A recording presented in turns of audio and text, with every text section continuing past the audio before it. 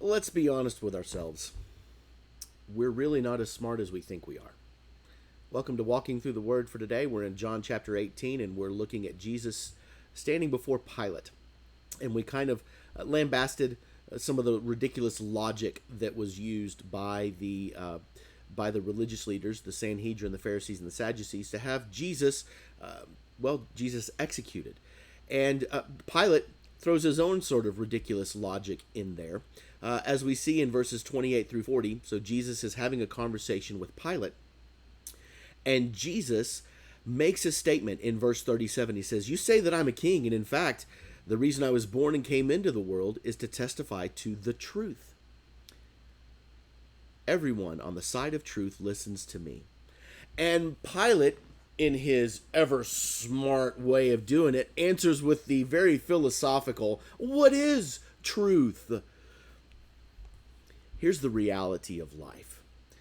We like to sound smarter than we really are. And when you look at a lot of the philosophers, whether it be the French philosophers, Descartes, I think, therefore I am type people, you start to realize that they have gotten so lost in the weeds that they are ignoring reality. And the reality of it is that we are very much alive. We're not all sharing the same dream. We are very much living, breathing people of existence.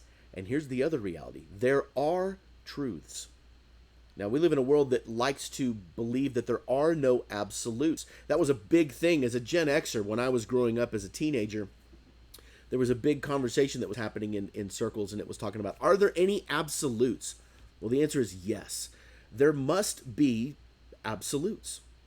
And if you even make the statement, there are no absolutes, congratulations, you just made an absolute. And so Pilate is getting, he's getting this, what is truth type thing, but there is a reality of life that says that there are truths. The reality is that if I quit eating and drinking, I will die. Reality says that if I jump off of the Empire State Building without a parachute or a rope or anything, and I land, I will die. There are truths that we can't ignore. Everyone dies. Contrary to popular belief, it's not 99.99999% of people that die. Everyone dies except for one man who did actually die, but none of us come back to life. But these truths that Pilate is trying to retort is basically to try to get him off the hook. He's trying to do these things to ignore God's creation.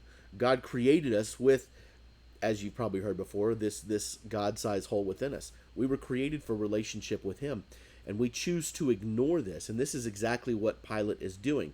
But nonetheless, he goes back to the religious leaders and says, I've got no reason to charge this guy. Is he a lunatic? Yes. Is he a little nuts? Yes. But the last time I checked, that's not a crime.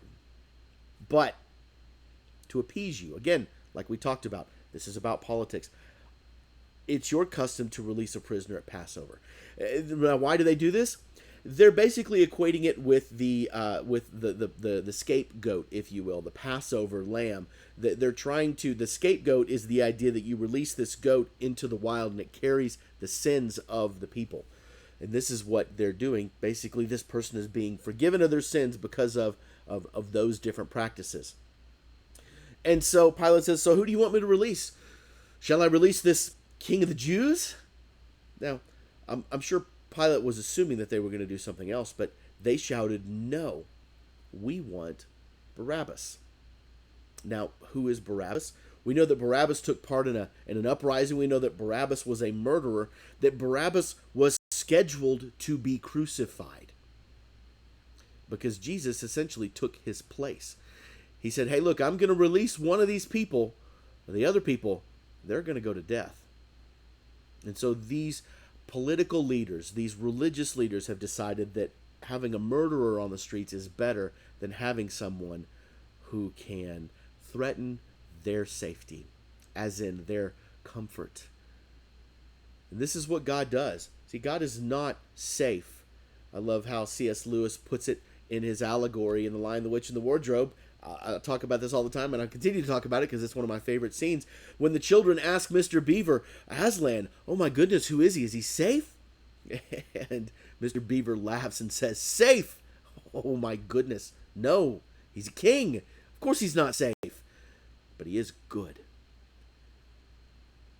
See, God never calls us to be safe. God never calls us to be comfortable. God calls us to get outside of ourselves. And this is exactly what the Pharisees and the Sadducees did not like, because he was calling them to the carpet.